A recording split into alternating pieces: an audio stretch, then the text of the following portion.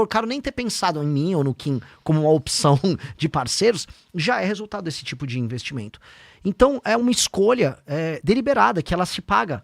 E aí ela me coloca num momento em que você tem 2 projetos completamente corrompidos, que é o do petismo e do bolsonarismo concorrendo, eu chego lá não como um azarão, mas como alguém que fez as escolhas certas nos últimos anos. Então não é azarão. Pô, eu investi em não ter relação com o Vorcaro. Eu investi muito em não ser um cara que o Joesley Batista queira comprar. Isso foi um investimento de sabe, ter um espírito muito blindado em falar, eu continuarei sendo um cara de classe média. Estruturalmente de classe média. Eu não vou mudar os meus hábitos de consumo. Tipo, Renan, você tá agora com uma roupa, não tô com blazer. Sim, eu comprei na Zara, sabe? Não custa, deve custar uns R$400 isso aqui. Eu continuo sendo essencialmente um cara de classe média. E quando você não muda essa estrutura e fala, minhas ambições são ambições históricas, eu quero que o meu nome seja estudado na história. Mas minhas ambições comezinhas do dia a dia, eu quero comer um bife, quero, sabe, sei lá, tá com o celular do momento só pra ele funcionar bem, quero comprar uma guitarra legal. São ambições de classe média. Quando você mantém um espírito assim, é difícil você virar um merda. E aí isso se paga nessa disputa. Nessa disputa eu tô numa posição muito privilegiada. E tem uns caras aí que tá o tempo inteiro cada vez mais cagado no que tem a ver com o Banco Master. Eu gosto de conversar contigo sobre o Banco Master, porque me parece que tu manja do que eu gosto das coisas que acontecem ali, né? Bom, e tu tava me contando, cara, bom, não sei se tu, bom, você que tá assistindo aí o programa, família, eu tô com o braço quebrado. Isso significa que eu tô meio por fora das paradas. Então o Renan tava me contando aqui que teve atualização o Vorcaro quis incluir o Flávio na delação premiada dele, e isso muda completamente o jogo, né?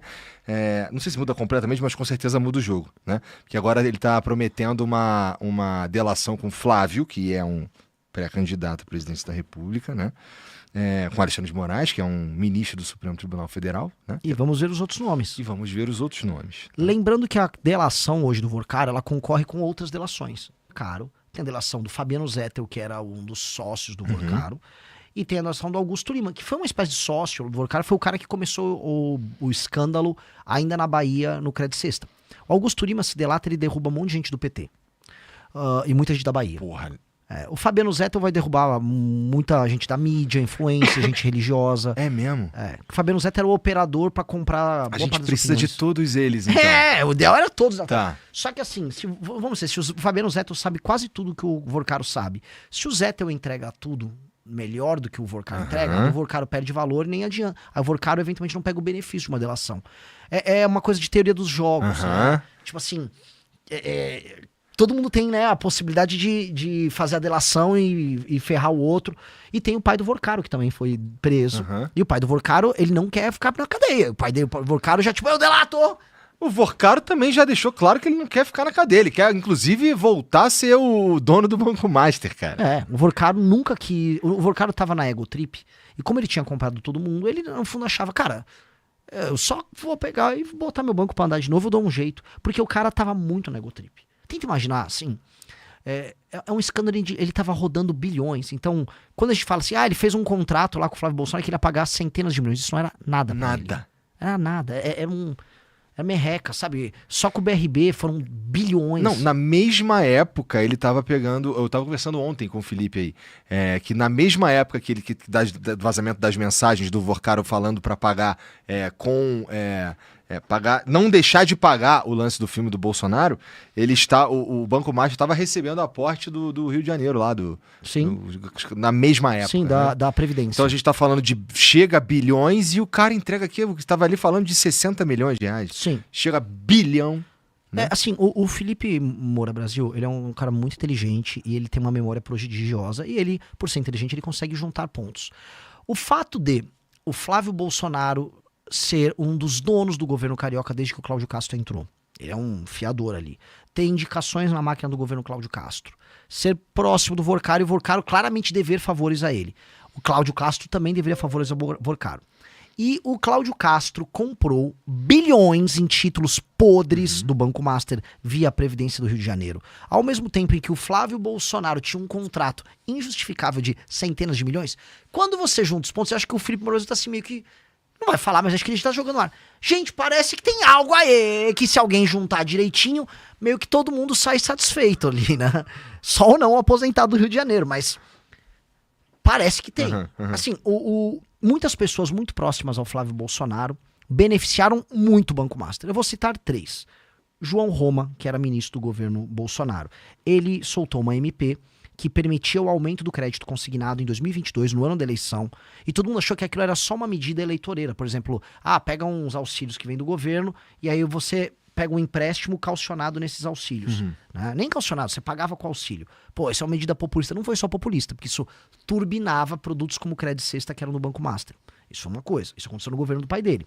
2, o presidente do BRB, o Banco de Brasília, era muito próximo do Flávio. Muito, muito próximo. Foi o cara que liberou aquela casa de maneira inexplicável, lá com aquele financiamento pro Flávio.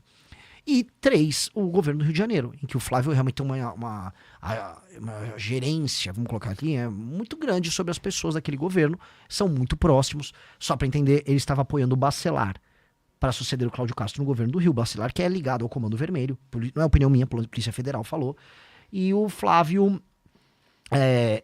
estava apoiando o Cláudio Castro concorrendo ao Senado, tinha indicações no governo do Cláudio Castro, e esse governo do Cláudio Castro comprou bilhões.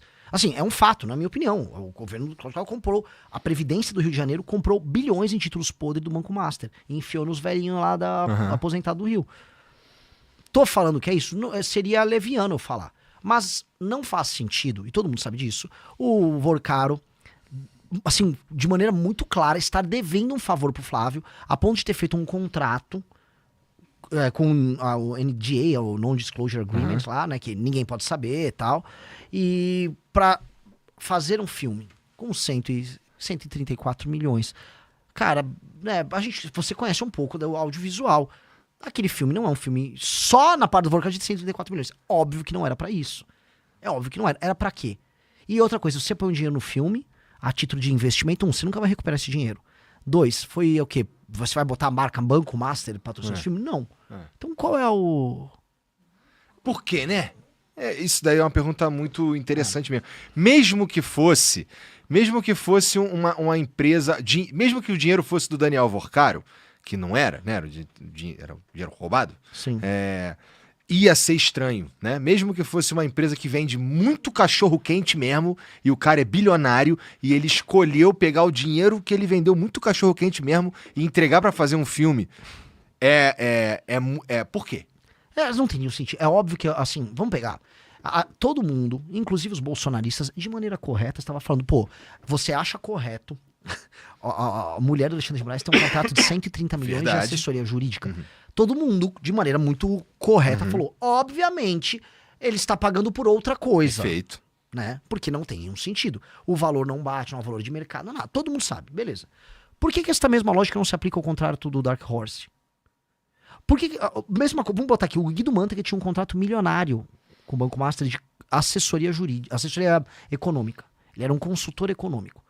Eu não sei se era de 1 milhão por mês, era um valor muito alto. Pessoal no Google, deem um Google aí, vocês vão checar, um valor altíssimo.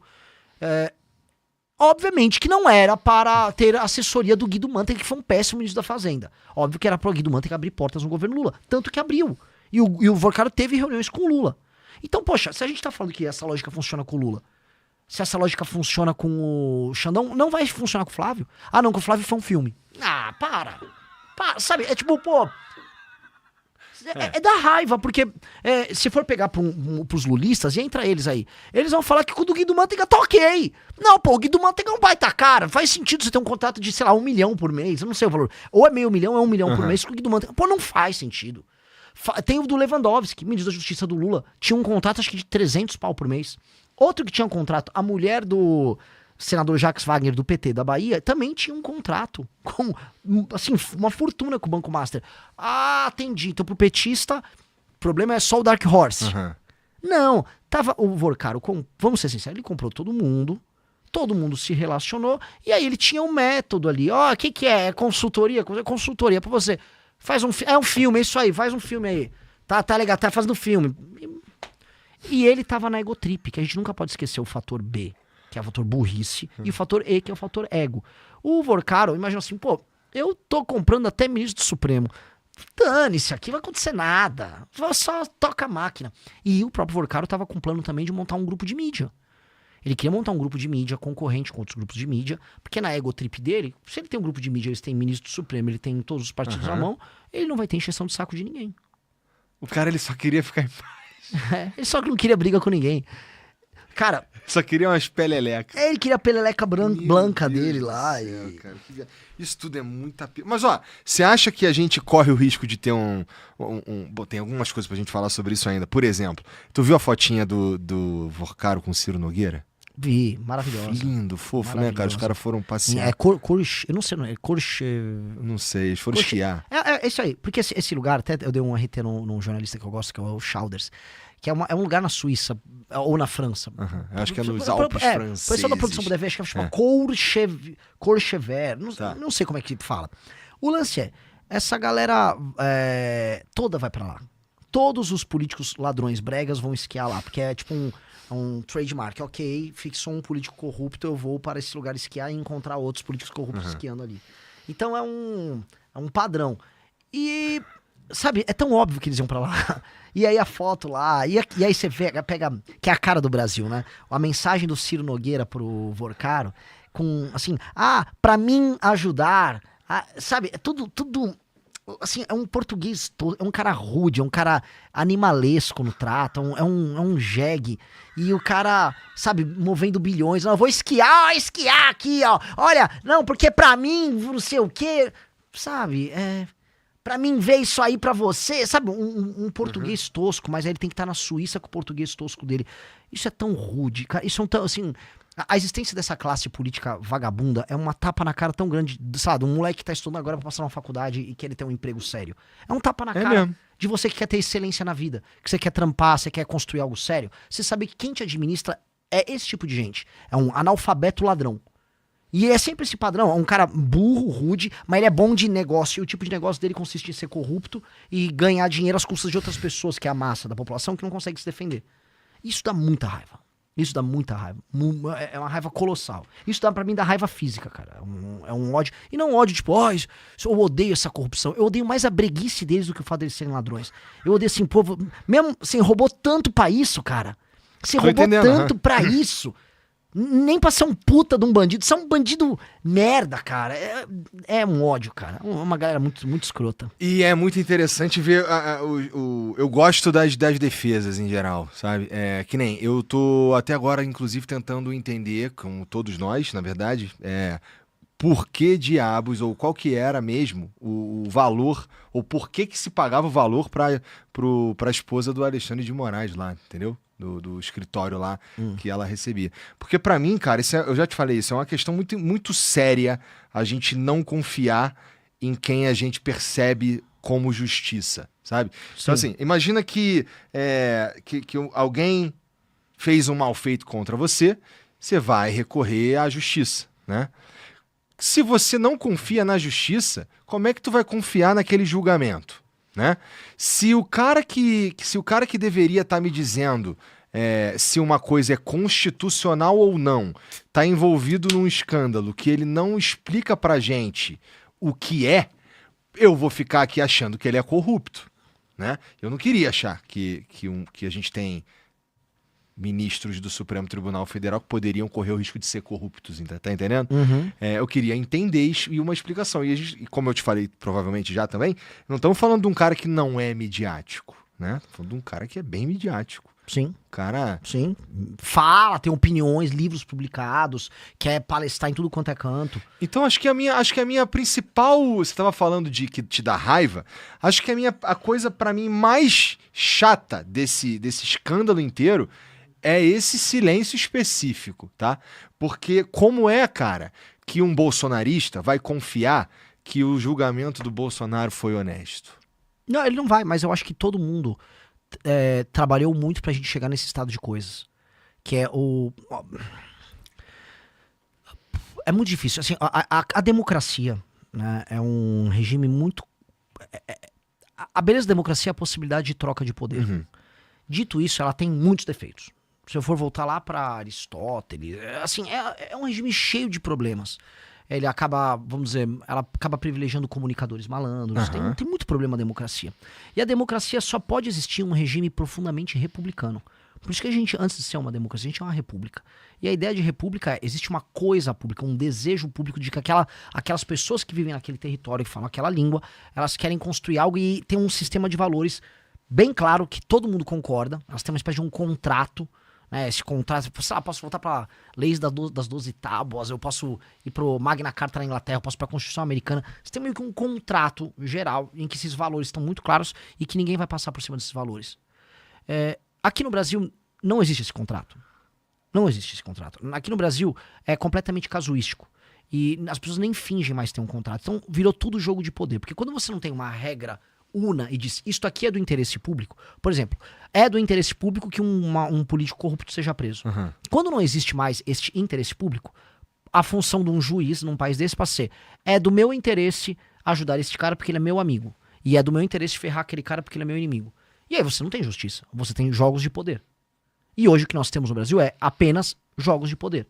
Então, se você entra nesse cinismo, o correto é você chegar ao poder e fazer jogos de poder e destruir a facção adversária. Por que é importante falar isso? Lá vou eu falar de um assunto que eu amo, que é Roma. Vamos.